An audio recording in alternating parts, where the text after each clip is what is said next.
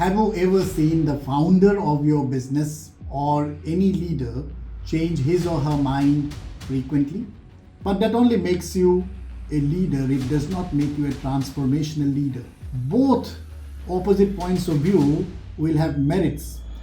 Your ability as a leader to have two seemingly contradictory points of view at the same time and still bet on one.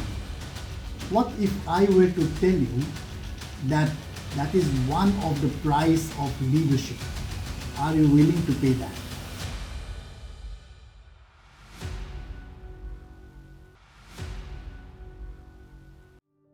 Have you ever seen the founder of your business or any leader change his or her mind frequently?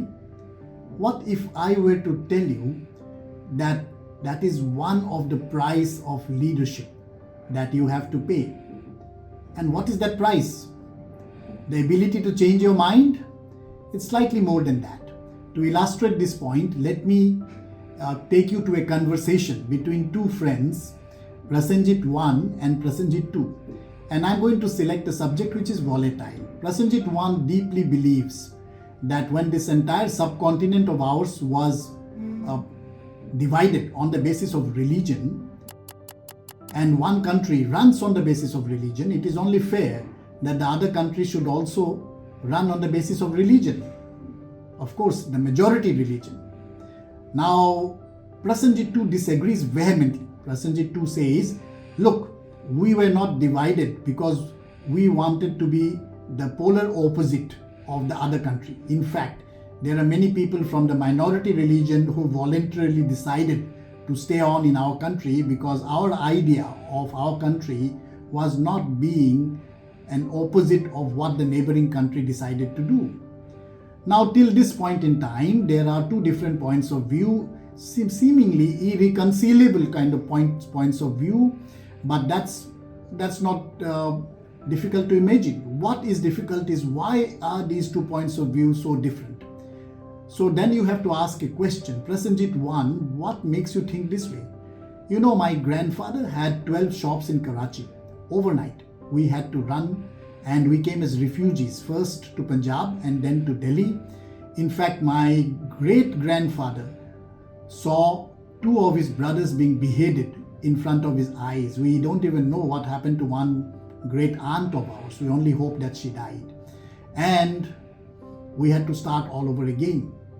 I don't see why the greatest or the biggest, I won't call it greatest, the biggest migration of humans in history has been hidden from so many people. I believe what was done to us is what we are asking from the country that we have got. If our religion does not have our own country, where else are we going to have our own country? Haven't you seen Israel and how they have created their own country? But Prasenjit 2, why are you thinking so differently? You know, when I was a kid, Prasenjit 2 says, I was in a hostel and I was subjected to a lot of ragging. I speak English with an accent. I come from the Northeast, and a lot of the boys over there at that time, they would call me jungly. I was helpless. I could not retaliate. But at that point in time, I decided that if ever I have the power, and if somebody is in a minority who feels helpless, who finds it difficult to defend themselves, I will use whatever power that I have to try and defend them. I believe it is the job of the majority in any setting, whether it is religious majority or caste or whichever way you look at it, to make the minority feel comfortable. And that is what I really believe in. Now, very interesting thing has happened. You know not only what both these Prasenjits believe in, but you also know the context which produced that particular belief. Now, if you are a leader, obviously you would have the ability to articulate the belief and understand the deeper context which produced that belief. Now, that would help you perhaps to be a successful political leader. You might be the Prime Minister of a country, or you may even be the President of the United States of America. But that only makes you a leader, it does not make you a transformational leader. To do that, you will actually have to have the ability to understand both the points of view and see the merit in both the points of view at the same time. How do you apply this in your business? Every day, you will have to take decisions where there are seemingly two opposite points of view. If you are in a product company, should you go for the freemium model or the premium model? And you remember what happened to the freemium product called Hike Messenger, which was better than WhatsApp at one point in time. It died. But then on the other hand, is there such a thing as Uber Premium or Uber Black?